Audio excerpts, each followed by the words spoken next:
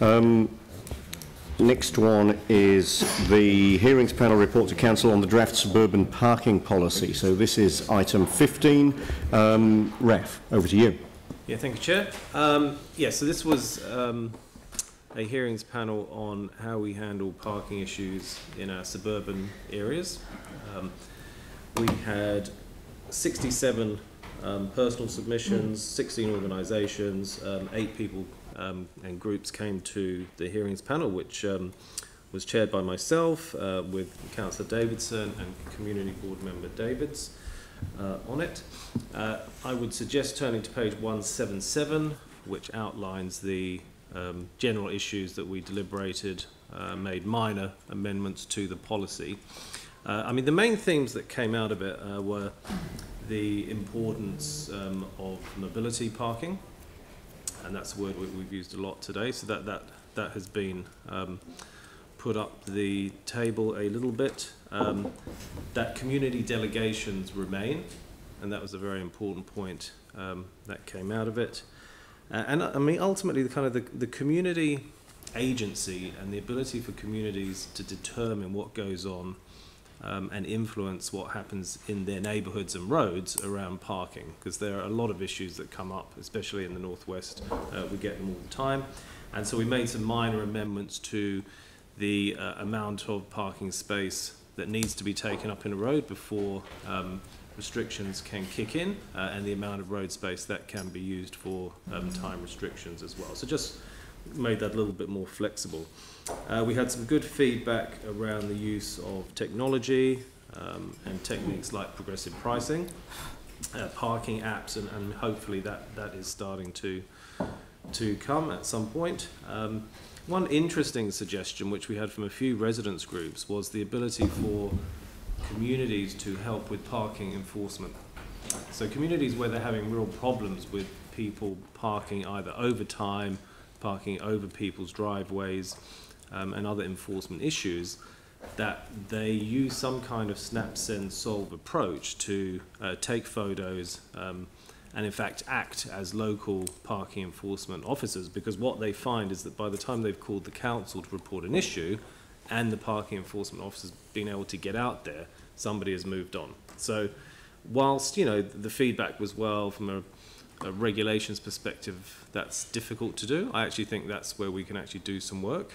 And again, the agency around the community is really the strong theme that came through. And clearly this will become more of an issue as the city intensifies, and a lot of older neighbourhoods will find more and more people parking in their streets, and especially in streets where there are no time restrictions. We've had some issues recently of tourist buses being parked in residential roads because it's free.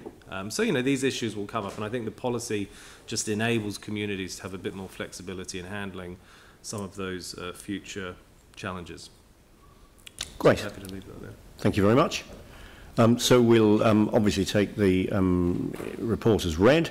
Are there any questions for staff on this? Yanni. I just wanted to check a decision about putting parking meters into suburban shopping areas. Is that a decision that would be made by the community board, and what would be the process for that to happen? So parking, so obviously technology is something which could change. So there's no proposals to introduce parking meters per se, but pricing parking is a tool which can be used and which the policy covers, and that would be something which would sit with the community board to approve. This policy provides that framework, so it is a set of trigger points. First of all, what we'd do is we'd go to time restrictions, we'd extend those time restrictions, and then we'd think about pricing parking. But that is the delegation that sits with the community board to decide. Right, so I'm just trying to understand how a decision would be requested of a board in terms of putting in parking meters into a local area. Would it be based on complaints, monitoring? What would trigger the board being in a position where it had to make a decision on that? It would be brought first instance by the residents themselves, and the occupancy would need to reach a certain threshold. So we've decided that 75% is the threshold which is sufficient. And so if occupancy reaches that threshold, then we go for these trigger points. And if parking is still an issue, once you've introduced time restrictions, then we get to the stage where price parking is introduced. Just a question I had is, we've just heard this morning again that there seems to be a disconnect between our district plan and parking availability. So was anything discussed in the hearings panel or raised or considered around looking at using our district plan or land use planning to have better outcomes in terms of parking provision? So those are conversations which we've been having with colleagues recently, particularly around Littleton. At the moment, there isn't. Those are district plan changes, which obviously this policy and this decision doesn't cover. But this policy would assist community boards, residents in areas which we're seeing developments go in, and it's having knock-on effects on on-street parking. This enables us to actually introduce parking management if there are issues that come up around development. But there aren't any proposed changes to the district plan, obviously, in this policy. So. Right, and in no way does this policy enable district plan decisions to be made easier for not providing car parking? No. Okay, thank you. Thank you. Aaron.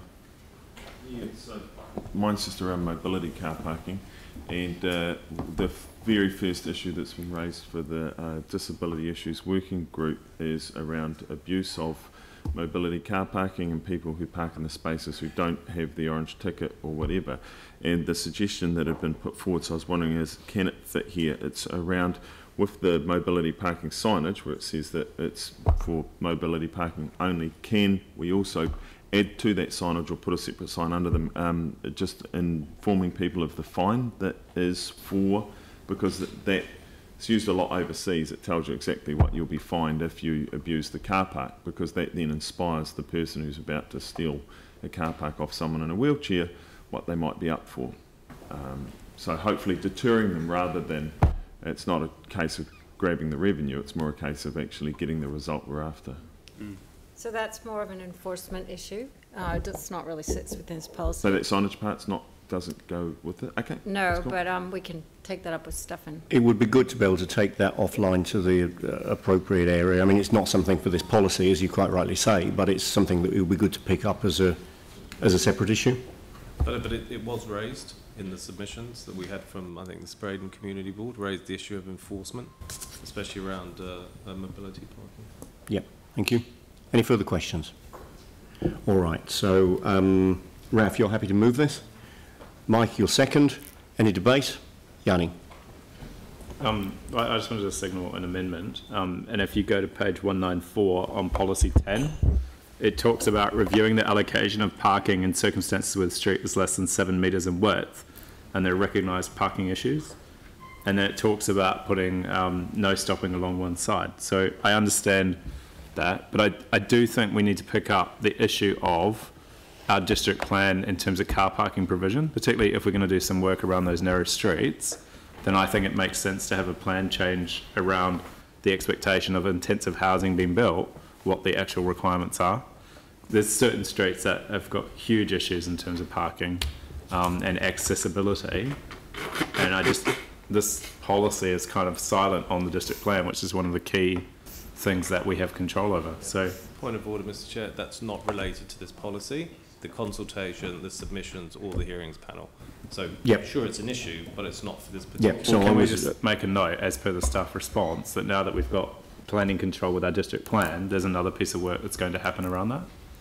There's plenty of meetings coming up on that. Yeah, so I mean, we're already what I described as first cabs off the rank in terms of plan changes that we might want to make.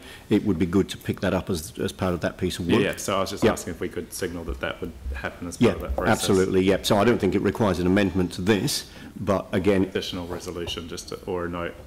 just so it's not lost? I think we can be comfortable that that's going to occur, given that we've got briefings already in the diary and we've already talked about similar matters in this meeting. Workshop 6th of March as well, prime time for that. Lock it in.